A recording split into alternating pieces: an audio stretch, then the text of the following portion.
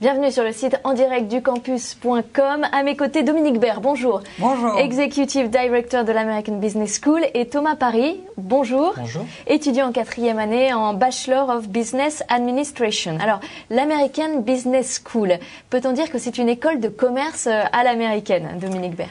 Alors oui, dans le sens où l'American Business School prépare à des diplômes américains, Bachelor of Business Administration, qui veut dire le fameux BBA, qui est à l'inverse du bachelor européen, qui est un bachelor sur 4 ans et non pas sur 3 ans, comme les bachelors généralistes européens. Et bien sûr, qui débouche après sur le master, le MBA, le Master of Business Administration. Donc on délivre vraiment des diplômes américains. On suit le système américain, totalement, donc on pourra y revenir plus tard, parce que là je peux y parler pendant... Mais vous êtes reconnu en France? Alors, on a une accréditation américaine, les diplômes ont une reconnaissance américaine, et on délivre également un titre certifié en France. Première question de Dora. Comment sont sélectionnés vos étudiants? Alors, comme toutes les universités américaines, on suit exactement le même système de sélection, à savoir le dossier. Alors, si un jour vous voulez donc postuler, post-bac. Voilà, post-bac. N'importe quel bac? N'importe quel bac, sachant que, bien évidemment, on a quand même aussi dans nos statistiques, on a des bacs qui préparent mieux. On n'a pas de bac pro, clairement. On a, dans les bacs français, parce que là aussi je reviendrai sur les bacs peut-être un peu plus internationaux, dans les bacs français, le premier bac c'est le bac ES. Le bac S, ensuite, on a quelques bacs L et quelques bacs STG. Donc, c'est post-bac et aussi beaucoup d'admissions parallèles.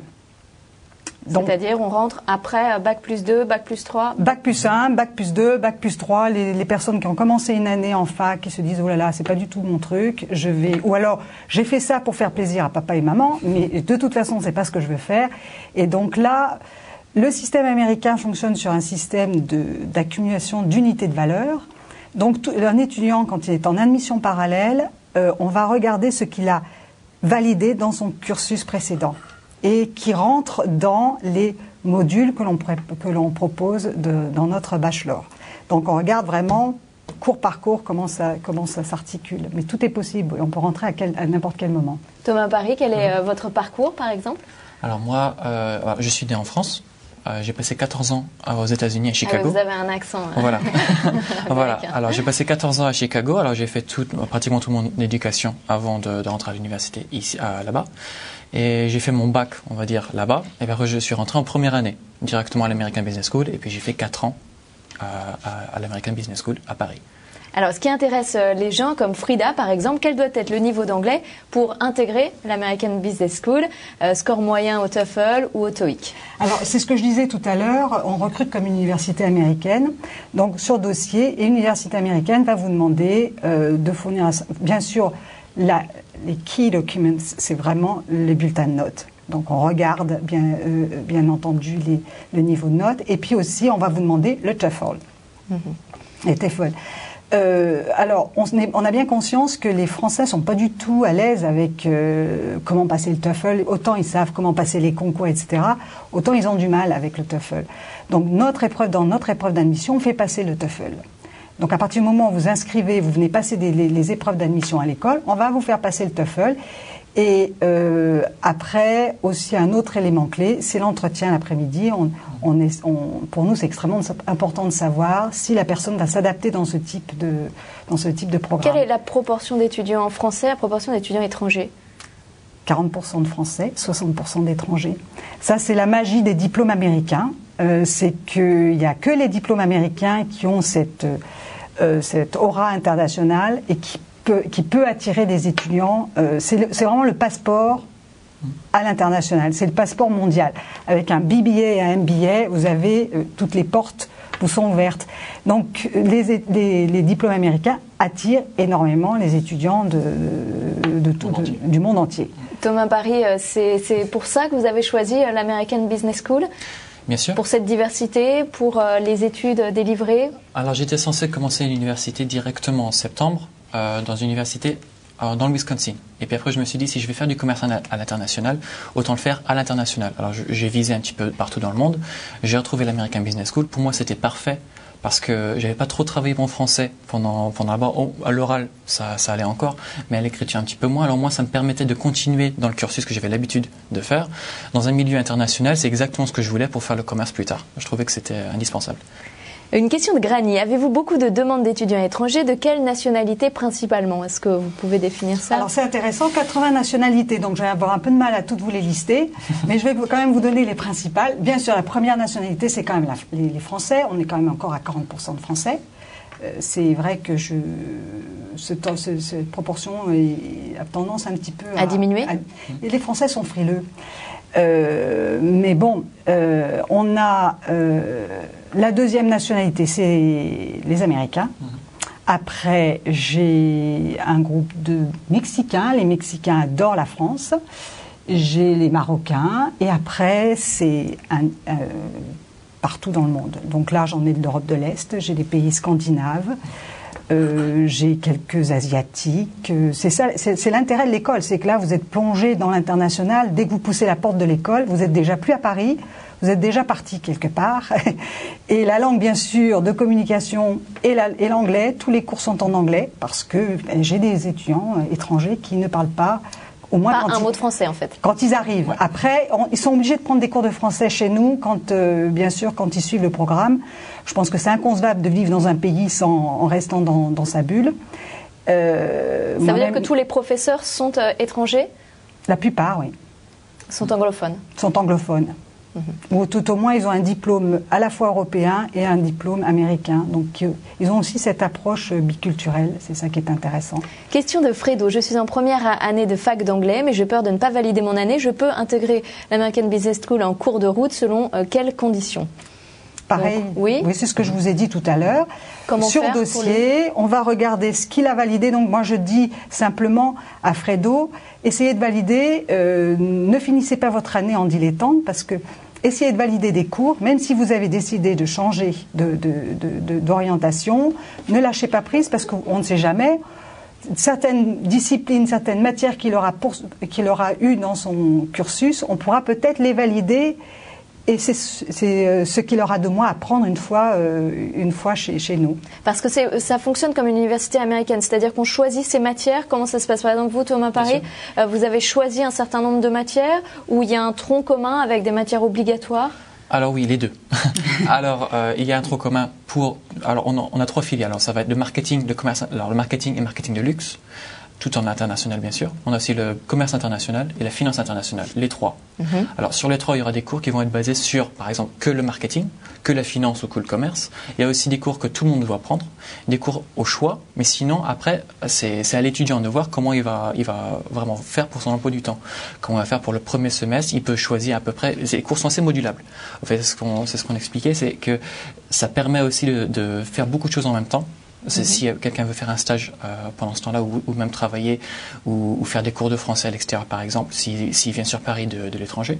Mais oui, c'est des cours qui sont très modulables. Alors, l'avantage aussi, c'est quand on peut valider des cours dès l'avance, fait des cours, par exemple, sur le tronc, que tout le monde doit prendre, cela, au moins, c'est validé, c'est fait. Ça fait des fois même finir plus tôt. Mais sinon, l'avantage aussi, c'est que quand ça devient modulable à cette échelle, c'est que c'est vraiment customized, comme on dit. C'est vraiment à l'étudiant en lui-même qui va définir ce qu'il veut faire dans l'avenir. Surtout en 3e année, c'est là où on va choisir quelle filiale il voudra faire pour plus tard. Et puis après, à la fin de la 4e année, il va être spécialisé. Et c'est à lui de voir exactement comment il veut le faire. D'accord. Alors après, donc il y a les cours incontournables, les troncs communs que tout le monde doit prendre et tout le monde doit valider. Et après, bien sûr, et après des options. Et c'est bien. Et l'intérêt, c'est qu'on sait. C'est un peu à la carte. C'est à la carte, mais pendant 2 ans, ce qui est intéressant aussi, c'est qu'on sait très bien qu'un jeune n'a aucune idée quand il a 18 ans. Et d'ailleurs, quand je parle à mes partenaires américains, ils ne comprennent pas le système à la française où il faut qu'on fasse un choix en sortant du lycée. Pour eux, c'est inconcevable. Donc, on rentre dans une école, bien évidemment, il y a ce qu'on appelle des cours fondamentaux, on a des cours de tronc commun de commerce, et après, on choisit sa spécialisation. Mais pendant 2 ans, on a 2 ans pour choisir vraiment sa spécialité et à travers, quand il aura fait des stages, il aura suivi en plus des cours de diverses disciplines. Donc il aura une meilleure idée. Mais pour moi, ça me paraît inconcevable de faire un choix comme ça à la sortie du lycée.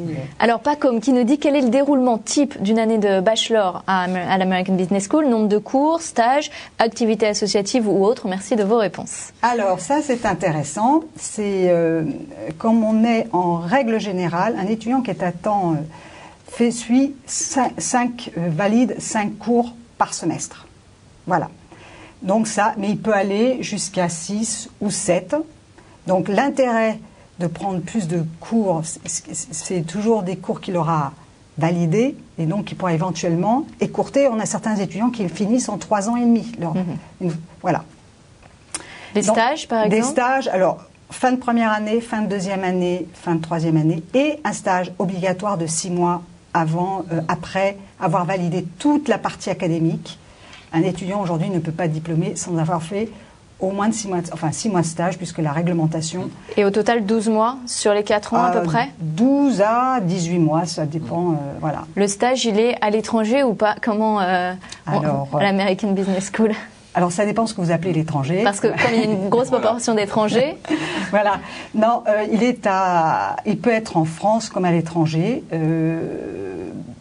Ça n'a pas d'importance pour nous. Il faut savoir que nos étudiants étrangers, la plupart, quand ils restent à Paris, faire un stage, ils sont à l'étranger, ils font leur stage à l'étranger. Donc pour nous, ça n'a pas de... Il n'y a pas d'obligation particulière. Bon, mais c'est multiculturel. C'est d'aller à l'international par contre.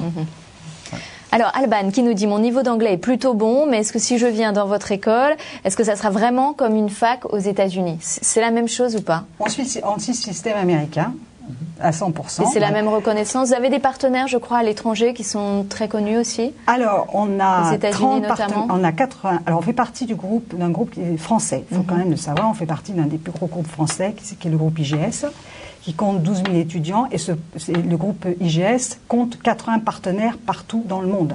Donc voilà. Aux États-Unis seulement, on a 30 universités partenaires, rien qu'aux États-Unis. Alors, sur la côte Est, sur la côte Ouest, au milieu, un peu partout. Donc là, il y a le choix. Et voilà. Donc, on peut valider des semestres là-bas. Exactement. Revenir après à Paris. C'est l'intérêt du modulaire. Thomas Paris.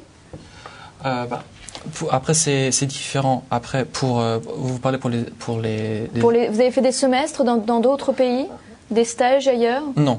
Enfin, moi, j'ai fait mes stages. Pour moi, à Paris, c'est devenu... L'étranger, puisque l'étranger, exactement. Vécu, moi, j'ai travaillé et puis j'ai fait mes stages sur Paris. Mais sinon, non. Alors, je connais beaucoup de gens, par contre, qui sont partis faire des semestres parce que maintenant, c'est nécessaire pour avoir le diplôme. Avant, ce n'était pas. Alors, c'est pour ça que ceux qui ont commencé leur cursus en même temps que moi, ils ont géré un petit peu leur cursus différemment. Mais là, ils sont partis. Là, on a aux États-Unis, par exemple, pour pas les citer, les 30, parce que là, on ne pourrait pas, mais on compte notamment dans le cadre de la double diplomation, on a des jeunes qui partent aussi en dernière année pour avoir le diplôme de l'université. Bon, par exemple, un des plus beaux partenaires que l'on ait, c'est l'Université de Caroline du Sud, University of South Carolina, qui est quand même classée première en IB, International Business. Donc les étudiants qui veulent avoir un diplôme de IB, on les envoie en Caroline du Sud. Il y a des entreprises partenaires également? Alors, les entreprises partenaires, là aussi, nos étudiants à 52% travaillent à l'étranger et 48% travaillent en France. Alors, les entreprises qui sont parisiennes, peut-être pour nos étudiants français, bien évidemment, on travaille en majeure partie avec des entreprises qui sont à l'international. Et elles recrutent nos étudiants parce qu'ils parlent l'anglais, parce qu'ils sont multiculturels, parce qu'ils sont capables de travailler avec des personnes d'autres horizons, avec d'autres approches. C'est ce qui fait la richesse. Et vous savez que les entreprises internationales comme Alstom, qui recrutent des étudiants tous les ans de l'école, de toute façon, dès que vous travaillez à l'international, même si les réunions sont en français, il n'y a pas un document écrit, il n'y a pas une réunion qui ne soit pas en anglais. Donc aujourd'hui, être bilingue, c'est une nécessité. Ah, mais c'est une nécessité absolue. C'est une nécessité absolue pour travailler à l'international.